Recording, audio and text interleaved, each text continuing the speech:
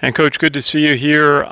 Maybe if you could just introduce yourself by some of your kind of career in college football and how you got into coaching. Maybe start with that.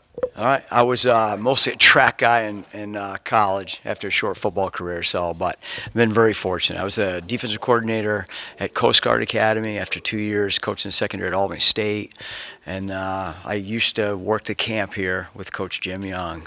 So Bob Sutton hired me in '92. I was here till '99 as mostly the linebacker coach, but did different things. And then when Coach Sutton left, went to Lafayette College, was defensive coordinator for 14 years, and then I was fortunate enough that Coach Monken brought me back. So I've been here since he got here. It's always what I wanted to do. So I knew I wanted to do this at an early age, I guess. But been doing it for, I think this is 33 years now.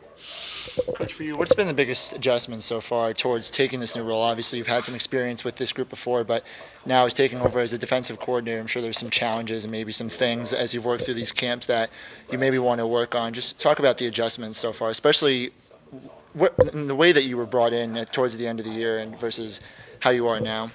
I always said that this is my third time being a coordinator, and I always said this. I always thought I'd be a lot better the third time. We'll see. But I learned a lot from Jay Bateman. I really did. I felt like in some ways, I felt like I was interning for 5 years. I was watching every step that he was doing, and he'd been so successful. I knew that at some point he was going to move on. So I really paid attention, and I'm excited. Coach Monken lets you coach, and he gave me a lot of say in who we actually hired and how we moved it around, and we have a great staff here. I mean, from top to bottom on both sides of the ball. So it's made it relatively easy, I think, transition-wise. It's been fun. I miss calling plays after a while. I'd say that to Jay, but there's certain things that are harder, obviously, and certain things that are easier. But I welcome the challenge, and I love our kids here. And like I said, I love our staff. We have a great football staff. We really do. They're great technicians. They're really well schooled in the fundamentals and the techniques. And there's a lot of X's and O's in football anymore. There really is. And the guys in the office are really good at it. So I listen, take a lot of input, and I'm excited about the possibilities right now. What stands out about this year's defense? Obviously, you've worked with these guys before, but in the new position and with some of the key guys leaving last year, but a lot of those key seniors stepping up, are there any things, especially through training camp, that you're really starting to notice about the formation and sort of the depth of this year's team on defense? It's college football. It's not the NFL. Not that they don't have changeover, but we have guys graduate, so there's always changeover. So we lost some really good football players. Nautigal and Wright and Brinson and Gibson, and we lost some good football players on defense now. But I'm excited. I think some young guys are stepping up, and I just heard Coach talking about them. But I think Amadeo West, I'm really excited about just how much tenacity and speed he brings to the defense. And we got some newer guys too that I think you're going to see jump out there too. And I'm just anxious to see how they develop. Coach, after the Armed Forces Bowl, when you came in as coordinator, Jim Nautical said to us that you like to be aggressive, you like to rush the passer and blitz the quarterback. Is that kind of part of your philosophy? Yeah, no question. Always has been. I think, I just told the kids, joking around, I guess, but, I don't dream about money or fortune or fame or any of that stuff. I dream about hitting the quarterback. And I do. I think the more you hit the quarterback, the better chance you have of winning. You're going after the head of the snake. So I think it's part of it. I think part of it is there's just so much offense. I don't think you can sit back and play bend but don't break. I think you got to attack them, you got to knock them backwards, and you got to get negative plays. And if you do a great job of getting the ball back, our offense can hold it for 15 minutes. So that's what you have to accomplish here to me. You have to get the ball back. And that's how we're going to do it. We're going to attack them pretty good now. Not that we're going to blitz every play. Some of that attack is I guess that it looks like we're going to attack. It's not all we're going to be attack. So, but we do. We want to get the ball back to our offense because they can do a great job controlling the clock, holding it, and eventually just wearing down the other defense. So I think that's a big part of what we do on defense to get the ball back quickly. And it's kind of a first goal, stopping the run, and then second, stopping the pass. Or how do you mix that, those two types of defensive situations? I think you got to look at the situation of the game. Are we winning or losing, and how much time's left? I think it's a big part of it. It's a lot easier to play defense when you're winning because you can pin your ears back and you can play pass and you can give up a run play here and there. But You know, when it's a back and forth game or you're down by 7, I think you gotta stop the run consistently and take your chances on the pass. And not that we're gonna, you know, take huge chances. That's not what I'm saying. But you have got to stop the run. It's easier to execute a run play. They might drop it on a pass play. You might push the quarterback off his launch point, or sack him, or interception, or tip it. There's just all kinds of things that can happen, you know, when you get to the passing game. So you've got to stop the run, in my opinion. But you also got to know what the score is. You know, who's winning, who's losing.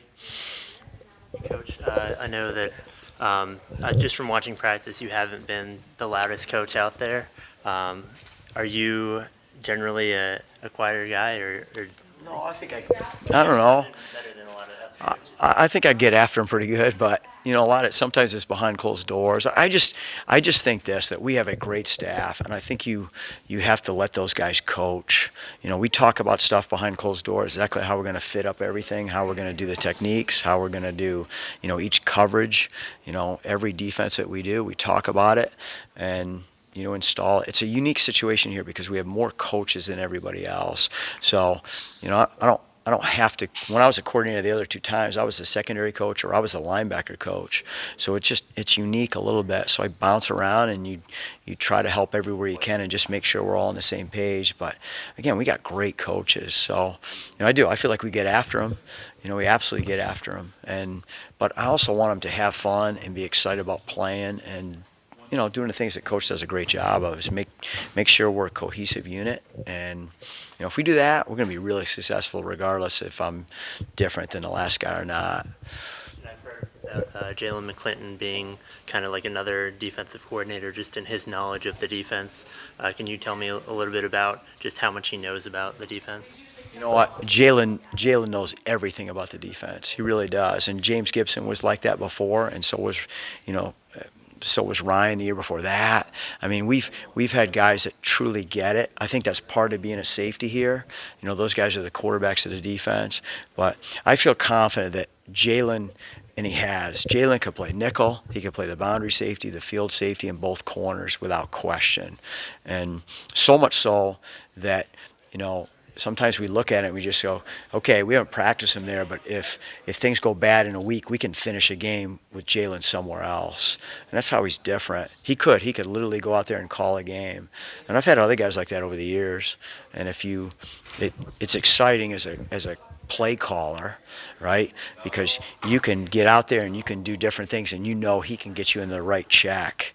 You know, he can give you a little bit more freedom to get the right play called at the right time versus the right formation. So it's exciting having McClinton out there. Coach, do you prefer calling a game from up in the booth or on the sideline where you can talk to the players after plays? You know what? That's a great question. It's a great question. You know, I haven't even talked to Coach Monken about it, but at first in my career, I absolutely demanded to be down on the field. Absolutely, because I could look them in the eye and I could talk to them and I could make every adjustment. I think the thing that's different here, other than the other place I've been to, is our staff has way more experience than we had at the last place I was at. You know, it's a major college institution. We have really good football coaches. So, and I've been up in the box for 7 years, so I plan on staying in the box. I think I can see it better. I think those guys will do a great job of making any adjustments that we make. I think it's a little bit more calm up there. You're away from all the bodies that are on our sideline, and you can see it. You know, again, I argued the other way to the death of me at one point. And I still, if our staff wasn't what it was, I would absolutely prefer to be on the field. I just think that we're so good at what we do. And when the bowl game came, Coach Monken did ask me, he said, what do you think? I said, I'm not going to even change seats.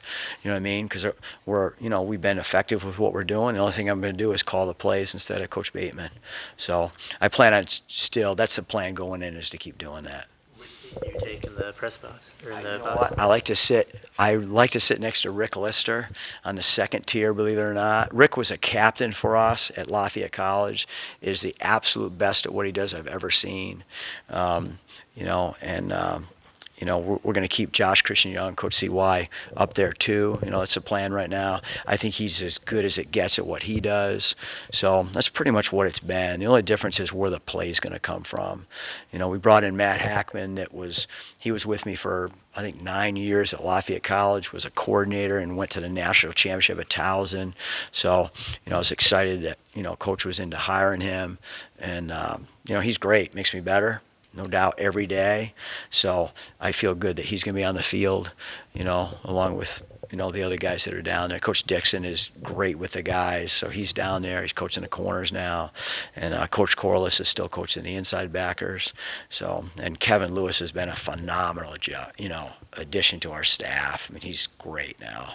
Played at Virginia Tech, and we really, really researched him hard, talked to a bunch of guys, and every time it came back to Kevin Lewis. So I'm excited about those guys being on the field, and I think that, I can see it.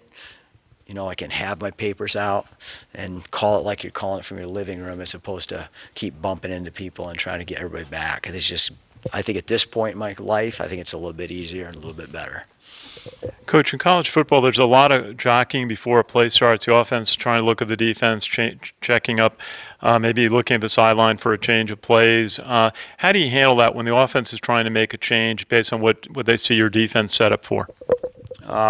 You can do a bunch of things. I don't know if I'm going to give you all the answers, but, we played Houston. You can't go faster than Houston did. And, looking back at that game, I mean, the plan, honestly, was to make sure we were in a defense. And I think when you watched them getting ready, people weren't in a defense, and people didn't pressure them. And, we had 10 sacks. So nobody's ever going to go faster than Houston did. So I'm not. Again, it's stuff we practice. We practice all the time, but I'm not going to give you all the ins and outs of that. But there's definitely, there's a disadvantage. If you're going to look over the sideline and you're going to get your stuff, then we can do that too. If your quarterback's going to run it all, well, we can change that too. So it's nothing that Houston didn't do. And again, they did it last year really successfully and did it as fast as anybody. And our kids handled it. So I feel good about that part. We got to keep working, but I feel good about that part. Anything else? How important was that game for you? Houston game.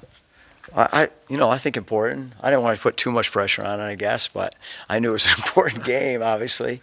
Coach Bateman was great. I mean, I knew he was leaving, obviously, and, we talked a bunch, and, he knew his helped me by not staying around. I mean, I knew that.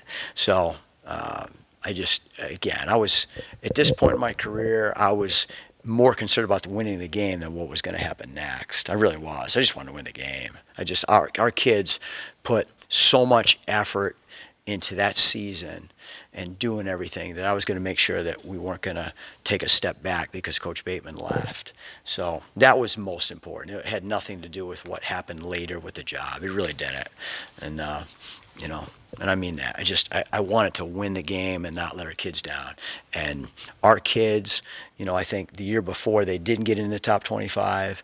I really felt like going in, if we had a good plan and we gave them a chance, they were going to play lights out, play like their hair was on fire. They were going to execute because there was no way they were going to be denied being in the top 25. There's just no way. And they did that. So, the kids got it done. We gave them a chance. That's what I tell them all the time. All we can do as coaches is give you a chance. I really believe that. You have to, we got to get them where we give them a good plan and they execute it and we give them a chance. And if they do, if we got to make some adjustments maybe, but, they're the ones that are going to get it done, and they got it done in that game. Coach, how did you get the team ready in 4 days? The kids were just coming out of exams that Monday, and you played so well then on Saturday. You had to travel. You had only a couple of practices. Just seemed remarkable how you got the team ready. Well, we had a few days before, and I guess we just sat down. I mean, when I knew Coach Bateman wasn't going to be there, we're on the road recruiting, and I mean I knew right before the Navy game, I think, but. I sat in the hotel room and we talked as a staff on the phone, and I sat in the hotel room and every night, as long as I keep my eyes open, I watched Houston and I watched our cut-ups and I watched what we were good at and what we didn't do well that year and what Houston was looking at. And we just kind of came up with a game plan. So the hard part was just you're on the road recruiting and you're putting it together. But we had a few more days in 4. And like I said, our kids did a our kids did a great job. They really did. We executed stuff we had done in the first 12 games, and they did it quickly because they needed to, and it just worked out. And obviously our offense absolutely crushed it, which helps, right? If our offense was 3 and out and stuff, that's not the score. So they absolutely crushed it. We made some plays and it snowballed. Thanks, guys.